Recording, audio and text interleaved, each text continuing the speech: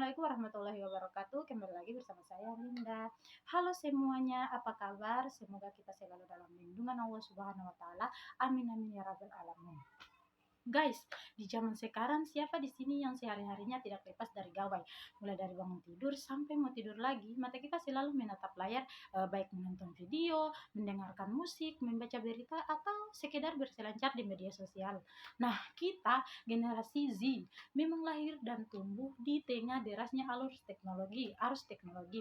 Nah, kita disebut sebagai digital native, generasi yang tidak asing lagi dengan internet dan segala kemudahannya, teman-teman. Namun tahukah kamu, di balik semua kemudahan itu ada tantangan besar yang harus kita hadapi. Nah, oleh karena itu kali ini kita akan membahas materi yang sangat penting dan bermanfaat bagi kita semua, yaitu literasi pemanfaatan media penyiaran elektronik untuk generasi Z. Nah, sebelum kita membahas, kita harus mengetahui apa itu literasi media penyiaran. Sekarang, mari kita pahami. Nah, mari kita pahami dulu apa sebenarnya arti literasi media penyiaran elektronik ini. Ini bukan sekedar kemampuan untuk bisa menyalakan televisi, membuka YouTube, atau mengulir layar TikTok saja. Lebih dari itu, teman-teman, literasi media penyiaran adalah seperangkat kemampuan kita untuk mengakses, memahami, menganalisis, mengevaluasi hingga menciptakan dan memanfaatkan berbagai bentuk media penyiaran. Nah, baik itu TV, radio, siaran digital, hingga layanan streaming dan media sosial secara kritis, bijak, kreatif, dan bertanggung jawab. Nah, tujuannya jelas supaya kita tidak menjadi korban informasi, melainkan menjadi penguasa atas informasi yang kita terima maupun yang kita sebarkan, teman-teman. Nah, mengapa materi ini spesial untuk kita generasi Z? Mari kita lihat siapa diri kita di dunia media. Nah, generasi Z yang lahir sekitaran tahun 1996 hingga 2010 memiliki ciri khas yang berbeda dari generasi sebelumnya. Kita adalah generasi mobile first, artinya kita lebih memilih mengakses segala sesuatu lewat gawai di tangan daripada perangkat besar lainnya. Nah, kita menghabiskan rata-rata lebih dari 3 jam, teman-teman, setiap hari untuk berselancar di dunia maya.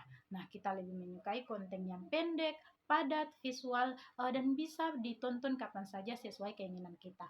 Kita tidak hanya pasrah menonton, tapi juga berperan aktif, bisa menjadi komentator, penyebar, bahkan pencipta konten sendiri. Namun di sisi lain kita punya kebiasaan berpindah-pindah informasi dengan sangat cepat. Nah, hal ini seringkali membuat kita kurang teliti dan menyaring apa yang benar dan apa yang salah. Nah,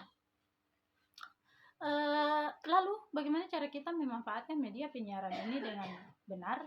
Ada 5 hal utama yang harus kita terapkan, teman-teman, dalam memanfaatkan media ini. Pertama, mengakses dan memilih dengan cermat pilihan konten yang sumbernya jelas dan terpercaya. Jangan asal klik.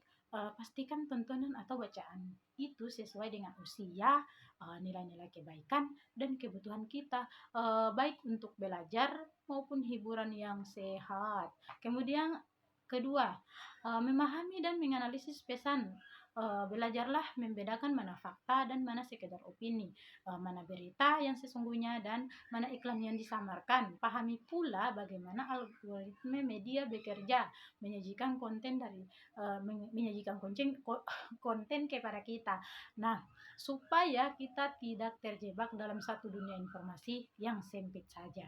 Kemudian ada ketiga, mengevaluasi kebenaran dan dampaknya. Sebelum percaya lalu menyebarkan, kita cek dulu faktanya. Jangan sampai kita ikut menyebarkan berita bohong atau hoaks, ujaran kebencian, serta konten yang memecah belah. Ingatlah, apa yang kita lihat dan kita bagikan akan berdampak pada diri kita sendiri, teman-teman, dan lingkungan di sekitar kita.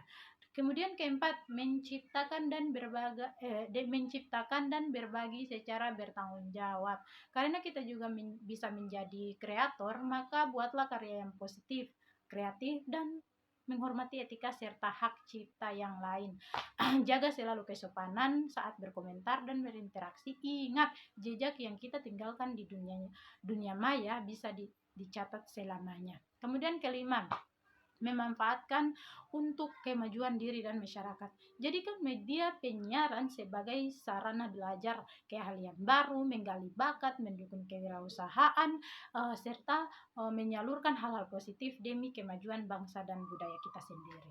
Oke, nah tantangan dan harapan. Tentu dalam perjalanan kita tidak lepas dari tantangan. Kita sering menghadapi banjir informasi yang membingungkan, resiko kecanduan yang bisa mengganggu waktu belajar dan istirahat, paparan konten yang tidak pantas, hingga resiko gangguan kesehatan mental akibat perbandingan sosial yang tidak sehat. Namun dengan bekal literasi media yang kuat, tantangan itu bisa kita ubah menjadi peluang besar. Kita bisa menjadi generasi yang tajam pikirannya, santun perilakunya, kreatif karyanya, dan bermanfaat pengaruhnya. Nah, kita tidak lagi sekedar konsumen pasif, melainkan agen perubahan yang cerdas dan berkarakter di ruang digital, teman-teman. Oke. Sebagai penutup, mari kita tanamkan satu pesan utama, literasi media. Literasi media bukan hanya soal bagaimana kita menggunakan alatnya, melainkan bagaimana kita menggunakan akal budi dan hati nurani kita di dalamnya. Nah, dengan literasi penyiaran yang baik, generasi Z akan tumbuh menjadi generasi yang tidak cuma melek teknologi, tetapi juga melek etika, melek fakta, dan melek manfaat, siap menjadi cerdas dan bijak bermedia. Nah, sekian materi yang bisa saya sampaikan, semoga bermanfaat untuk kita semua. Nah, dalam memanfaatkan media penyiaran secara cerdas dan bertanggung jawab. Terima kasih, sampai jumpa. Wassalamualaikum warahmatullahi wabarakatuh. Bye-bye.